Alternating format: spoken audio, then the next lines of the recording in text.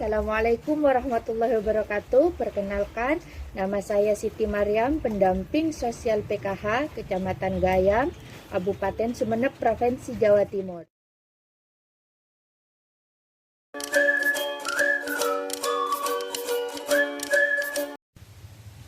Topik selanjutnya pemetaan sumber daya lingkungan ya ibu-ibu. Ya Bu. Gimana? Masih semangat? Semangat. Tepuk P2K2. Temuan peningkatan kemampuan keluarga. Baik, lanjut ya. Ya Bu. Secara bersama-sama kita akan belajar mencari tahu dan mendiskusikan apa saja potensi dan sumber daya alam di lingkungan sekitar kita yang dapat dimanfaatkan dalam upaya pencegahan dan penanganan stunting. Untuk itu sebelumnya silahkan ibu-ibu bergabung dengan kelompoknya masing-masing untuk mendiskusikannya. Untuk kelompok 1 silahkan diskusikan contoh potensi sumber daya alam. Kelompok 2 sumber daya sosial, sedangkan kelompok 3 sumber daya manusia. Siapa saja yang bisa dimanfaatkan dalam upaya pencegahan dan penanganan stunting.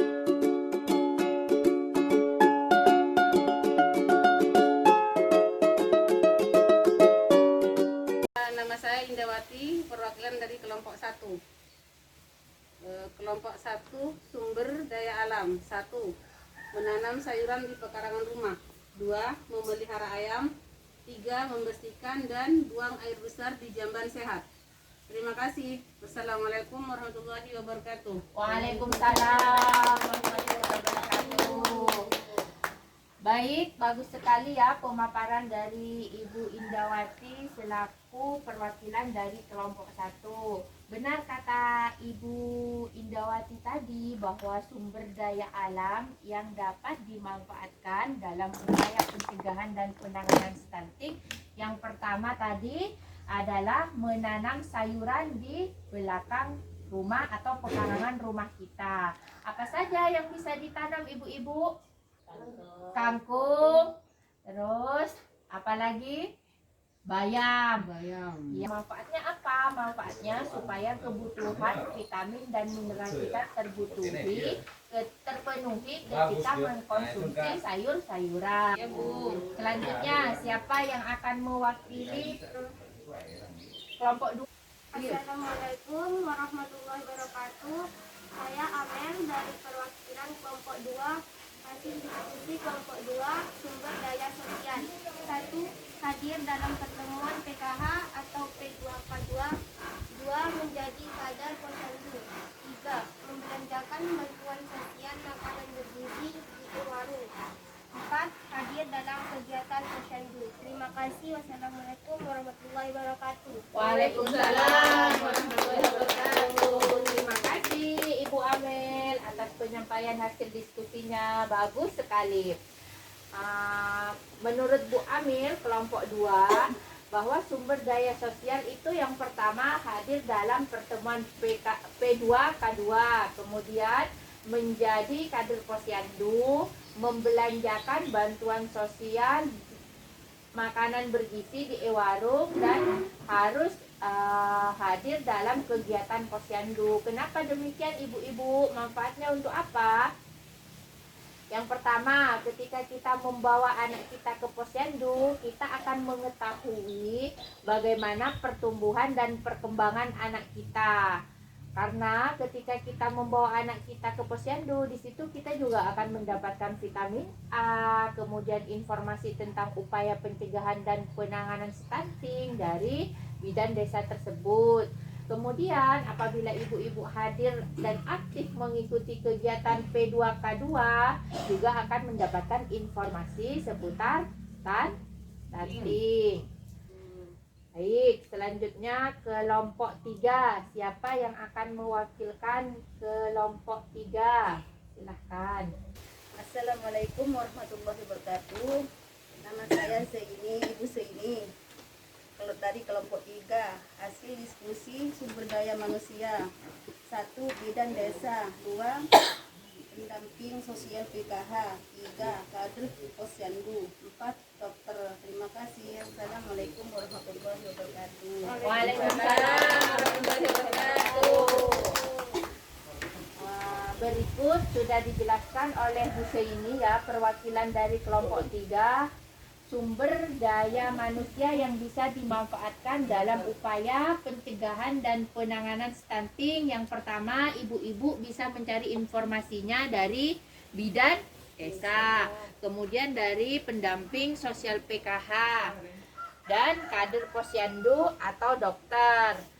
Karena apa ibu-ibu? Karena sekarang banyak informasi yang belum tentu jelas dan valid kebenarannya ya. Jadi apabila ibu-ibu menerima informasi baik itu melalui grup WA, sebaiknya ditanyakan dulu kepada yang lebih tahu tentang informasi tersebut. Harus kita ketahui dan kita sadari bahwa lingkungan sekitar memiliki potensi dan sumber daya yang bisa dimanfaatkan dalam upaya pencegahan dan penanganan stunting. Semua informasi dan pengetahuan yang tersampaikan pada hari ini dapat ibu-ibu terapkan atau laksanakan di rumah masing-masing ya.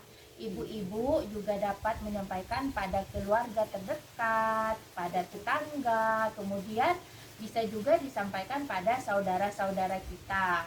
Sekarang kira-kira rencana apa yang akan dilakukan ibu-ibu di rumah terkait pemetaan kemampuan diri, keluarga, dan lingkungan sekitar untuk mencegah dan menangani anak stunting?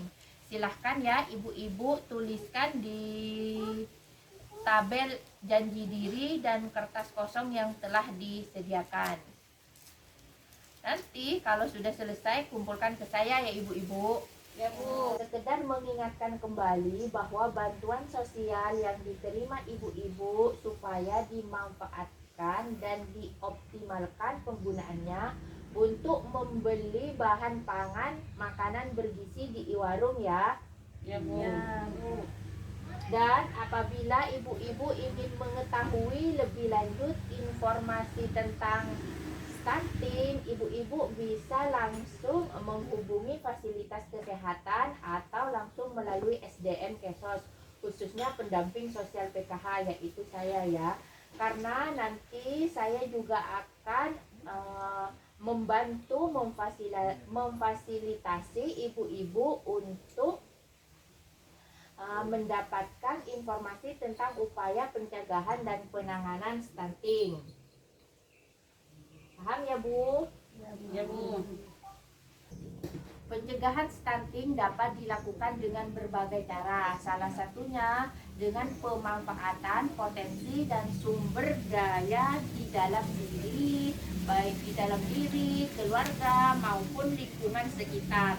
Banyak potensi dan kemampuan diri dan lingkungan sekitar dari keluarga penerima manfaat dan terkadang kurang disadari atau belum dimanfaatkan secara optimal. Kemampuan diri dan keluarga dalam pencegahan dan penanganan stunting. Yang pertama, kemampuan memasak makanan yang bergizi sesuai dengan menu gizi seimbang. Kemudian yang kedua, kemampuan memberikan ASI eksklusif. Ketiga, mampu membawa anak kita ke layanan kesehatan untuk memantau perkembangan anak, menghindari paparan asap rokok, kemudian memberikan pengasuhan yang baik terhadap anak-anak kita. Sedangkan contoh potensi di lingkungan sekitar, yang pertama tadi sudah dijelaskan bahwa untuk memanfaatkan bantuan sosial untuk membeli bahan pangan yang bergizi. Yang kedua, memiliki lahan pekarangan untuk menanam bahan pangan. Tersedia jamban sehat dan kemudian selalu cuci tangan pakai sabun. Ada pertanyaan ibu-ibu? Ya Bu. Sudah paham ya? Ya Bu. Baik, kalau tidak ada pertanyaan, demikian kiranya yang bisa saya sampaikan. Pertemuan peningkatan kemampuan keluarga pada hari ini saya akhiri sampai di sini. Mohon maaf apabila ada kata-kata yang salah terucap Terima kasih ya sudah hadir dan aktif dalam pertemuan ini. Sebelum kita mengakhiri pertemuan ini, baiklah mari kita berdoa menurut keyakinan kita masing-masing. Berdoa mulai. Doa selesai. Tetap jaga kesehatan, selalu berpikir positif dan saling menguatkan untuk menjadi pribadi yang lebih baik lagi dengan berperilaku positif ya.